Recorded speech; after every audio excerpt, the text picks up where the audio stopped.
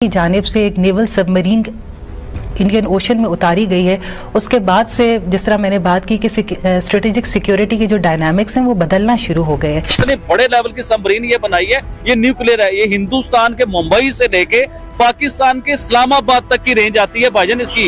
ये कुछ छोटी सबमरीन नहीं है। न्यूक्लियर सबमरीन की आरीघाट जो है वो सामने आई है, अब उसको कमीशन किया जा रहा है, तो उसमें ये फैक्टर मौजूद है कि वो जिनको अपने लिए थ्रेट समझता है या जो समझता है कि वो उसके दुश्मन है, उनके साथ उनके लिए तो है ही है। अगर आपकी डिटेरेंस चली गई है तो it means everything is gone. And मेरी अंडरस्टैंडिंग में पाकिस्तान की डिटेरेंस कंप्रोमाइज है। हमें ना अमेरिका के अंडर है, हम अमेरिका की हर बात हमें माननी पड़ती है। अच्छा, वो तो हमारे ये न्यूक्लियर जो हमारे पास है ना एनर्जी, वो तो कहता है ये भी हम इससे वापस ले लें। पाकिस्तान, बांग्लादेश और चीन एक हो गए, ये क्या हो गया? आखिर इन तीनों ममालिक का इकट्ठे होने का मकसद क्या है? लेवल की सबमरीन ये बनाई है, ये न्यूक्लियर है। ये हिंदुस्तान के मुंबई से लेके पाकिस्तान के इस्लामाबाद तक की रेंज आती है भाईजान इसकी। ये कुछ छोटी सबमरीन नहीं है। ये तो हो गया पाकिस्तान। अब आप आए चाइना की साइड पे, पूरा चाइना क्या आधा चाइना इसके बीच में, इसकी रेंज के बीच में आता है। आपने चाइना की न्यूज़पेपर या उसके आपने मीडिया पे सुनी है खबरें कि वो क्या कह रहे हैं कि दुनिया में अगर चाइना को कोई टक्कर दे सकता है डिफेंस सिस्टम में तो वो हिंदुस्तान है। दुनिया के 5 बड़े जो पावरफुल स्ट्रॉन्ग दुनिया के सुपर पावर हैं, उनके बीच में आगे खड़ा हो गया हिंदुस्तान। ठीक है, नहीं तो अदरवाइज देखा यही जाता है यूनाइटेड नेशंस के फैसले जो 5 परमानेंट मेंबर है वही समझते हैं कि हम किंग हैं या हम समझ लो पूरी दुनिया के बादशाह है। वो अपने आप को पूरी दुनिया के बादशाह समझते हैं। तो हिंदुस्तान ने बताया कि आप लोग अगर दुनिया के बाप बने हुए थे ना, तो मैं इस टाइम पूरी दुनिया का दादा परदादा बन गया हूँ। हिंदुस्तान ने ये बताया। उनके डिफेंस मिनिस्टर राजनाथ सिंह की तस्वीर और उनकी सारी जो उन्होंने इस सिलसिले में मीटिंग की है वो सब चीजें सामने आ रही हैं। आरीघाट, इस सबमरीन का नाम है आरीघाट। ये जो कमिश्निंग है of the second nuclear submarine, ठीक है। और इससे पहले आपको पता है कि ये जो पहली सबमरीन है उसके हवाले से मैंने आपको बताया कि कितनी खबरें हम आप तक पहुंचाते रहे, लेकिन इसके ऊपर एक तो देखें कि इंडिया के अंदर जो इंडिजिनस और जो make in India, made in India है, उसकी बड़ी एक धूम रहती है। आपको पता है बहुत जबरदस्त तरीके से उसकी बात की जाती है। तो अब इसके ऊपर जो है ये कहा जा रहा है कि क्योंकि इंडिया की जो इंडो पैसिफिक में एक बहुत इंपॉर्टेंस है और वहां पर जो सिग्निफिकेंस है भारत की, तो इंडो पैसिफिक में एक स्ट्रेटेजिक डेप्थ के लिए वहां पर अपनी प्रेजेंस को स्ट्रॉन्ग करने के लिए भी ये बहुत जरूरी थी, उनका ये कहना है। जिससे खित्ते के अंदर ना सिर्फ तवाज़न जो है जो कि हमने बरकरार रखा हुआ था पहले पाकिस्तान बहरिया ने, वो इफेक्ट होगा, या किसी भी रीजन में अगर इस तरह की कोई भी कैपेबिलिटी इंट्रोड्यूस की जाती है, न्यूक्लियर वेपन्स को इंडियन ओशन में जिस तरीके से इंट्रोड्यूस किया जाएगा तो उसकी फिर इम्प्लीकेशंस होंगी। जो कि इंडिया हमेशा से ये चाहता है कि वो ना सिर्फ खित्ते में बल्कि दुनिया में एक उभरती हुई ताकत के तौर पे निकले, जिसको किसी और की तरफ ना देखना पड़े। इन मकासद को हासिल करने के लिए वो अब की जो बैनुल अक़वामी ताकतें उनका इस्तेमाल कर रहा है, जिसमें सबसे चीदा जो है वो अमेरिका है। एम्फेसिस हमेशा जो है वो लैंड बेस्ड फोर्सेस की तरफ रहा है। हमारी इंडिया से करीबन 3 से ज़्यादा जंगें हम उनसे लड़ चुके हैं भारत से। तो अगर हम इस तनाज़र में देखते हैं तो हमारी जो स्ट्रैटेजी अभी तक थी उसका मेन फोकस जो है वो लैंड पे रहा है और लैंड पे हम इंडिया को बैलेंस करते रहे। हम नहीं चाहते थे कि हमारी इंडिया के साथ कन्वेंशनल लेवल पे जंग हो, इसीलिए पाकिस्तान ने एटमी हथियार जो है वो एक्वायर किए। अब जबकि हम एटमी हथियार हम पाकिस्तान के पास है और वो एक एटमी कुव्वत है, तो एक खुत्ते में तवाज़न उसने बरकरार कर लिया। अब जब इंडिया ने बैनुल अक़वामी ताकतों खुसूसन रूस की हिमायत से और रूस की दी हुई टेक्नोलॉजी से ये सबमरीन जो उससे खित्ते का तवाज़न यकीनन डिस्टर्ब हुआ, इसीलिए इंडियन न्यूक्लियर सबमरीन जो है वो इस कॉन्टेक्स्ट में एक इस अहमियत रखती है। कहता है न्यूक्लियर सबमरीन आ तो गई, न्यूक्लियर ट्राइड भी आ गई। इंडिया कह रहा है जी नो फर्स्ट यूज। ये गलत बात इंडिया कह रहा है। इंडिया ने लिखा अपने पेपर्स में ऐसे ही है और ये कहता भी है नो फर्स्ट यूज, लेकिन याद रखें आपकी डिटेरेंस ही चली जाती है इफ देयर इज, अगर आप फर्स्ट यूज नहीं करेंगे।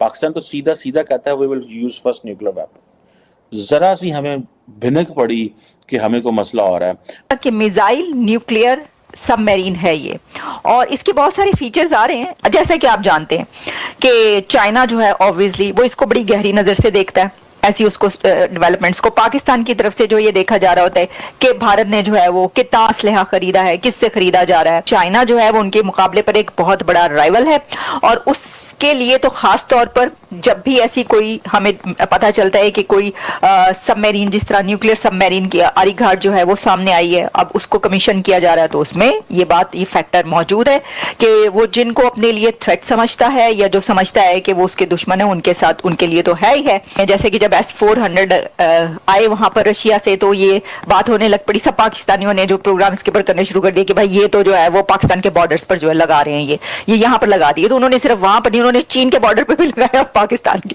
तो ऑब्वियसली ये बात तो अपनी जगह पर है कि वो जिस से उनके साथ है, तो वो किस लिए, देखिए ना, कोई कंट्री क्यों लेता है असलिया, वो इसीलिए लेता। पाकिस्तान अगर असलिया ले रहा है और या लेता है या जो भी थोड़ा बहुत बनाता है, तो वो किस लिए है, वो तो उनका तो है ही है। पाकिस्तान का तो कहना ही है कि उनका सबसे बड़ा दुश्मन भारत है, तो वो तो सब कुछ जो कुछ भी बनाते हैं वो उसी के लिए बनाते हैं कि कभी कोई जंग हो गई तो मतलब होनी तो इसी तरफ से लेकिन फिर भी कोई भी हो गई तो उसके ऊपर इस्तेमाल किया जाएगा, ठीक है ना जी। तो ये तो आपको पता है, तो हर कंट्री यही कहता है कि जनाब ये अपने आप को मजबूत करने के लिए, तो ये भी जो है ये इसीलिए। अगर आपकी डिटरेंस चली गई है तो it means everything is gone, and मेरी अंडरस्टैंडिंग में पाकिस्तान की डिटरेंस कॉम्प्रोमाइज है। इसीलिए तो हर रोज वो कहते हैं कि हम हमला कर देंगे, हम चढ़ाई कर देंगे पाकिस्तान के ऊपर, नहीं वो कहते, ठीक है जी, वो नहीं कहते क्या इस चीज़ को। सो मैं अपनी ज़ाती नज़र में जो न्यूक्लियर के हवाले से हमारी डिटेरेंस है, स्ट्रेटेजिक स्टेबिलिटी है, वो तो है, लेकिन अदरवाइज पाकिस्तान की डिटेरेंस कंप्रोमाइज है, इसमें मुझे ऐसा लगता है। आपको याद होगा काकड़ साहब जो पाकिस्तान के वज़ीर-ए-आज़म रहे, उन्होंने हिंदुस्तान के बारे में एक ऐलान किया कि हमें कश्मीर को लेके हिंदुस्तान से 400 जंगें भी लड़नी पड़ी तो हम 400 जंगें लड़ेंगे। और मुझे ये बताएं काकड़ साहब, आप हैं कहाँ अभी, आप कहाँ हैं? कहीं एसी में एंजॉय कर रहे हैं या मरी गए हुए? आपका तो पता भी नहीं कि आप इस टाइम है कहाँ पे। हमें 400 जंगों में फंसा के 400 जंगों की बात करके आप चले गए। मुझे बताएं चौधरी साहब, क्या हमारे पास वो टेक्नोलॉजी है, क्या हमारे पास वो पैसा है, क्या हमारी 5वीं बड़ी इकोनॉमी दुनिया की है जो हम 400 जंगों की बातें करते हैं? नहीं, जो हम न्यूक्लियर सबमरीन बना लें। अच्छा, हम कहते हैं जी हमने 400 जंगें लड़ लेनी है या हिंदुस्तान से जंगें लड़नी है। आपको, आप एज ए पाकिस्तानी क्या समझते हैं, जंग लड़नी चाहिए या मोहब्बत की बात करनी चाहिए? अमेरिका के अंडर है हम, अमेरिका की हर बात हमें माननी पड़ती है। अच्छा, तो वो तो हमारे ये न्यूक्लियर जो हमारे पास है ना एनर्जी, वो तो कहता है ये भी हम इससे वापस ले लें इससे भी वो नहीं है, कुछ नहीं है। और जो मुल्क में आपको पता आजकल फसादात और दहशतगर्दी हो रही है, वो आपको सब ये कौन करवा रहा है? ये सुपर पावर्स करवा रही है, इसराइल, भारत और अमेरिका मिलके। वो एक्चुअली हमें ना लसानी बुनियादों पर ना हमें लड़ाना चाहता है। मतलब आपकी नजर में इंडिया भी सुपर पावर है? डेफिनेटली है, उन्होंने अपने आप को ना कुव्वत मनवाया दुनिया में ना, इंडिया ने मनवा लिया। इंडिया ने मनवा लिया। हम तो बल्कि पीछे की तरफ जा रहे हैं। जय हिंद दोस्तों, स्वागत है आपका हिंदुस्तान के दहाड़ चैनल। तो दोस्तों, जैसे कि आपने वीडियो में देखा है, जानते वीडियो के बारे में, देश के रक्षा मंत्री राजनाथ सिंह इस समय अमेरिका के दौरे पर है। इस दौरे के दौरान दोनों देश कई महत्वपूर्ण मुद्दे पर अपनी राय रखी है।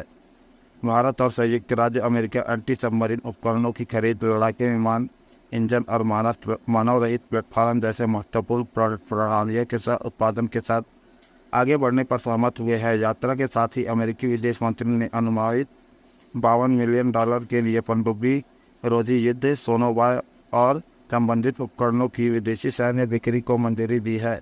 High altitude anti submarine warfare sonobuoy को भारतीय नौसेना के MS-60R हेलीकॉप्टरों द्वारा अग्रिम युद्धपोतों पर तैनात किया जाएगा। रक्षा मंत्री राजनाथ सिंह ने सचिव लॉर्ड जे ऑस्टिन के साथ अपनी बैठक में द्विपक्षीय रक्षा पहलों पर चर्चा की है, जिससे आपूर्ति श्रृंखला सुरक्षा बढ़ाने और हिंद महासागर क्षेत्र में समुद्री सुरक्षा बढ़ाने के प्रयास को शामिल किया है। टेक्नोलॉजी के साझाकरण पर दृढ़ता से ध्यान केंद्रित करते हुए दोनों पक्षों ने US India road map for defence industrial cooperation के तहत जेट इंजन, मानव रहित प्लेटफॉर्म, युद्ध सामग्री और ग्राउंड मोबिलिटी सिस्टम सहित प्राथमिक उत्पादन परियोजनाओं को आगे बढ़ाने पर सहमति व्यक्त की है।